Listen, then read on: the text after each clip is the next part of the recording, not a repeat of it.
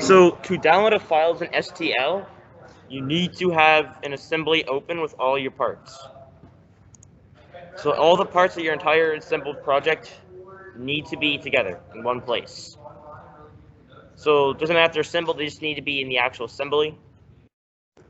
And so you're going to want to export the file to an STL. So you have to go over to the left side under instances. When it's like, for example, green part 1, you need to right click on it and go down to export. Now, super loud, Donovan, yell out. You're going to need to have your parts in assembly. Now, on the left side, when they're in the assembly, under instances, go to the part you want to save as STL, right click, then exports can be one of the options.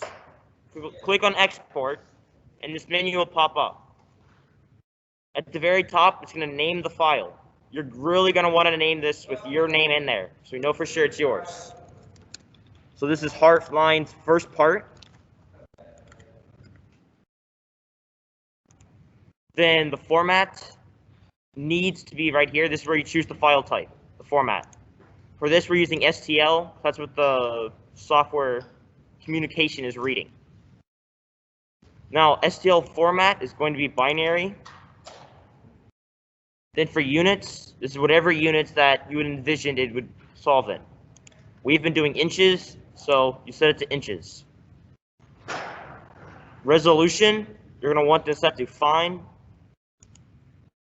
And options, of course, is that you're going to want to download this file. So it's going to export it as a download. It's going to download it through Chrome. So it's going to pop up in the bottom. And that's about it. Then you can go through, export all your files. Donovan, you did an awesome job. I would run through one more time. Okay. You did a great job. Super loud. So just to be clear, when your part is inside the assembly, on the left side, right click, then under it, it's going to say export. Click on the export, open up your menu. Choose format of STL, change the name, so that way everyone knows it's your part. Make sure you understand that's part 1 or part 2, so we don't have 2 part 1s. STL format needs to be under binary. Your units should be whatever you designed it in. We did inches. Resolution fine. Options download. Then hit OK. It'll download it right down at the bottom. When it pops up, it should be in some sort of download file in your computer. And that's about it. We're then going to take it, so then download all your parts. It'd be nice if you made a folder and then saved it to that folder. Like make a folder named Heartlines Puzzle Cube Project. So it's all there. We can just copy the folder into the software. And that's.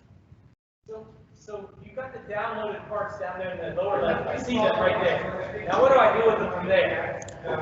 From there? Yeah, from there. Because I want to eventually put them over here, right? So I need to collect them all somewhere convenient and then transfer them to the USB drive. Is that just simply file transfer? So if I go to my downloads folder right now and go to downloads, it's those 2 parts up there? Yep. Okay, and all I need to do now is make those go to, like, plug in a USB, copy those files, and that's it. Okay. Yes. Awesome. And it's really nice if they're in a folder like this. Yeah, so I was just gonna say, maybe put them in one folder would be huge. So then you can right click just anywhere within your downloads or your files. It's under new, it's gonna say folder. Open up a folder, right click it, then please name it your name and what project this is. So it's very clear. Then if you know someone else has your name that's within like a freshman, you can even put 4th period, so we know for sure it's their project.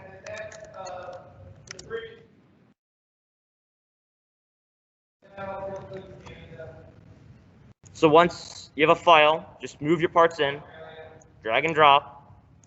Then when the flash drive comes around, plug it in, and just copy and paste your cube project in.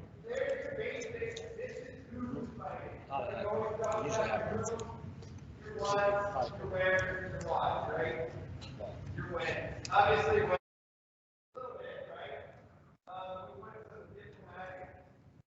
so basically, if I have my cube, assembled cube, so I'm in my assembly drawing, and I want to make an exploded view, let's go over here to the right-hand side, okay, and look for the one that says exploded view. There it is. It's the one on the bottom. I click it, okay. I already have one created here. This is my one that I did last time. If I double click on it, you can see there it is, all right. But I'm going to show you from scratch. So if I want to make a new one, I could make another one. I could have another exploded view. I click on exploded view. I'm going to add, so down here at the bottom, add an exploded view. And now I can get rid of this. I don't want this in the way, so I'm just going to click this again. It's going to hide it for now.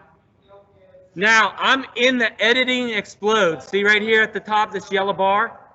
I'm in the editing mode. And I can simply click on any part. See how they're highlighting? If I click on that part, I get these 3 arrows. And so I can slide that piece.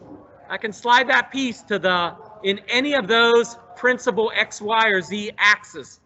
Okay? So say I want to slide it to the right, I'm going to grab that arrow and I'm just going to slide it over to the right.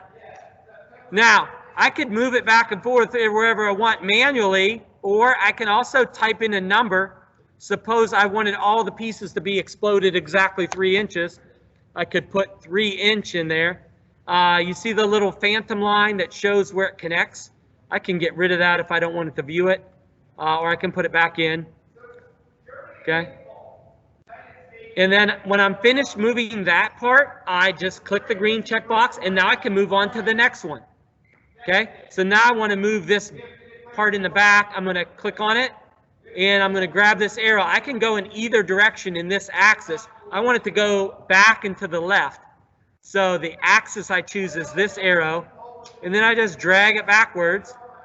And again, I can manually move it back wherever I want it, or I could type in a value. You can see this value is negative now because I went in the opposite direction. So I could put in -3, and that's going to move it backwards 3 inches. And then I am finished moving that part, so I click the green checkbox again and move on to the next one. Let me grab this part next. So I grab that green one and whoop.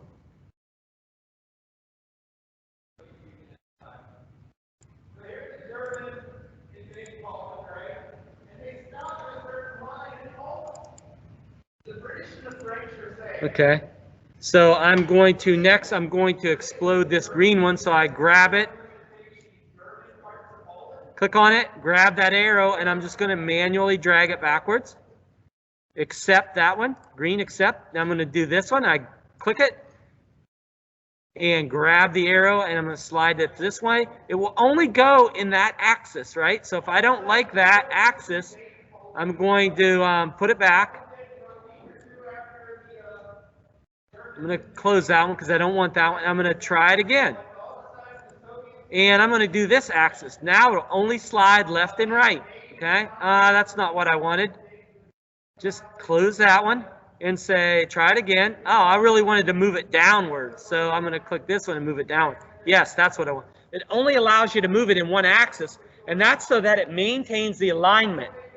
Because what you're really trying to show to the observer is you're trying to show this part goes right back there, that part goes right back there.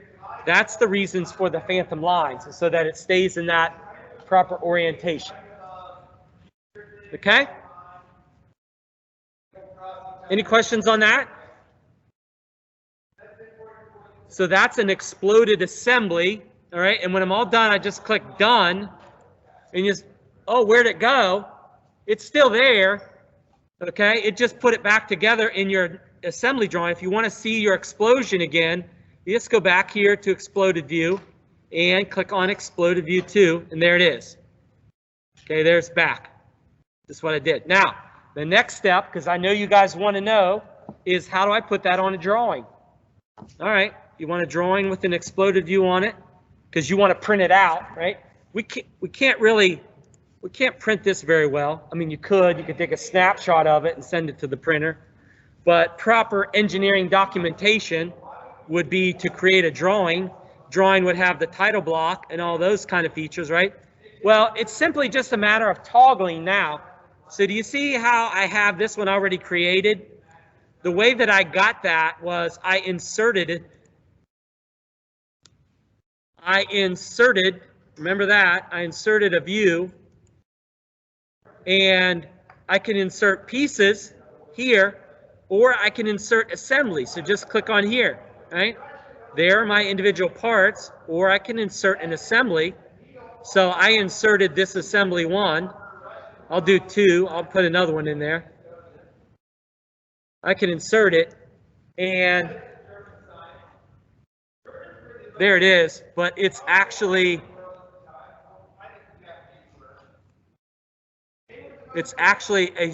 assembled, right?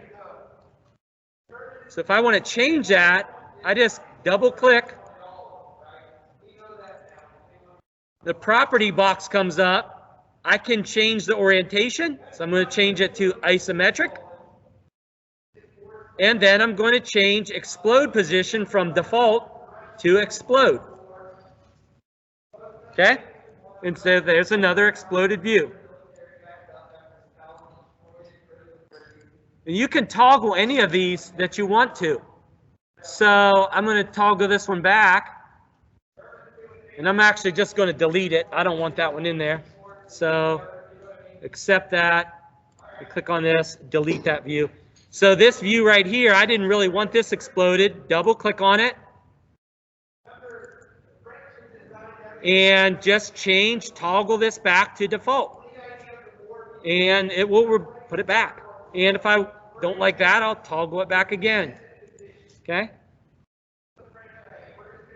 So that's the next step. There's your assembly drawing in an exploded view and in an assembled view. Okay? This one's the same way. I can change any view. Click on the view. You can change its orientation. And you can change its exploded status. Okay?